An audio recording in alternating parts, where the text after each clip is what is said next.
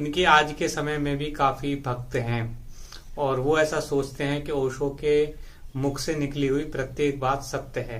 तो आज इस वीडियो के अंदर हम आपको बताने वाले हैं कि ओशो के मुख से निकली हुई प्रत्येक बात सत्य नहीं होती है। जीसस ने उस समय जो उपलब्ध सूचनाएं थी उसके संबंध में बातें कही हैं। कहा कि जमीन चपटी है। तो जीसस ने बोला था नहीं बोला था इसके बारे में मैं कोई राय नहीं दे सकता, क्योंकि मैं जीसस के समय में मौजूद नहीं था। चलिए आगे सुनते हैं। तो इनके कहने के अनुसार यह है कि जीसस ने बोला कि पृथ्वी चपटी है। ठीक है, आगे सुनते हैं। जीसस भी नहीं जान सकते कि जमीन गोल है।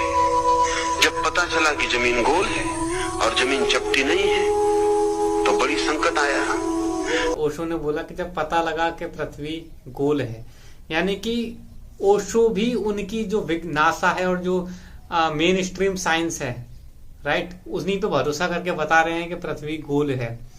तो इसीलिए मैं अपनी वीडियोस के अंदर भी कई बार कहता हूं कि भाई हर व्यक्ति को उस क्षेत्र में ही जानकारी होती है जिस क्षेत्र में उसने अटेंशन दिया है अपना।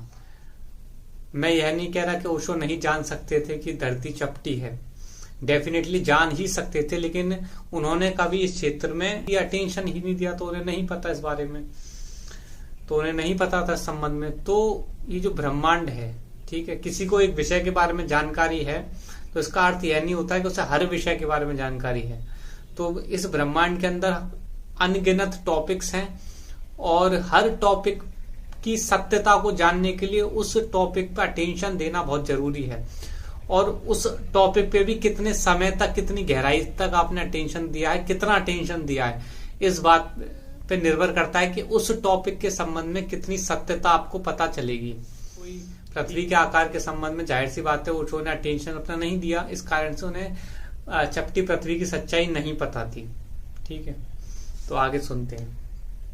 साइंस ने पूरी कोशिश की कि जमीन चपटी ही है क्योंकि जीसस ने कहा है, और जीसस गलत तो कह ही नहीं सकते। इसमें डर था, अगर जीसस एक बात गलत कह सकते हैं तो फिर दूसरी भी गलत हो सकती है।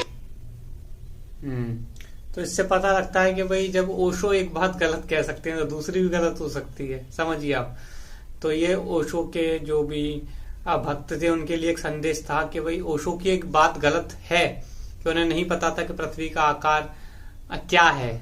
उस संबंध में ओशो को कोई जानकारी नहीं थी। उन्होंने सुन लिया कि भाई साइंस ऐसा बोलता है कि ग्लोब है, गोल है, तो उन्होंने भी ऐसा बता दिया। निजी उनका कोई चिंतन नहीं था इस संबंध में, पृथ्वी के आकार के संबंध में। ठीक है, तो इससे सिद्ध होता है सीधा सा में एक ब्रह्मांड का नियम पता लगता है कि हमें सिर्फ उस क्षेत्र में ही जानकारी संभव है जिस क्षेत्र में हम अपना अटेंशन देंगे, उसी में उस क्षेत्र के जो रहस्य हैं वो हमारे सामने खुलेंगे। ठीक है, जैसे अटेंशन मतलब जैसे ब्रह्मांड में अनगिनत टॉपिक्स हैं, अटेंशन मतलब लाइट, तो मैं जिस जगह पे लाइट मारूंगा उस जगह रोशनी हो जाएगी, समझ में आ गया। वो मेरे ऊपर है मैं किस जगह पे लाइट मारूं। तो ओशो ने कभी पृथ्वी के आकार के संबंध में कभी लाइट मारी नहीं, उधर अपना अटेंशन दिया नहीं, उधर रिसर्च करी नहीं। तो इसलिए उस चीज का जो एक पाखंड है, नासा का जो प्रोपेगेंडा है, वो उन्हें कोई पता चला नहीं। ठीक है, ये है बात। तो इस प्रकार से जो है हमें थोड़ा सतर्क रहना चाहिए, मतलब ओशो के भक्तों को भी थोड़ा सतर्क रहना चाहिए। चलिए।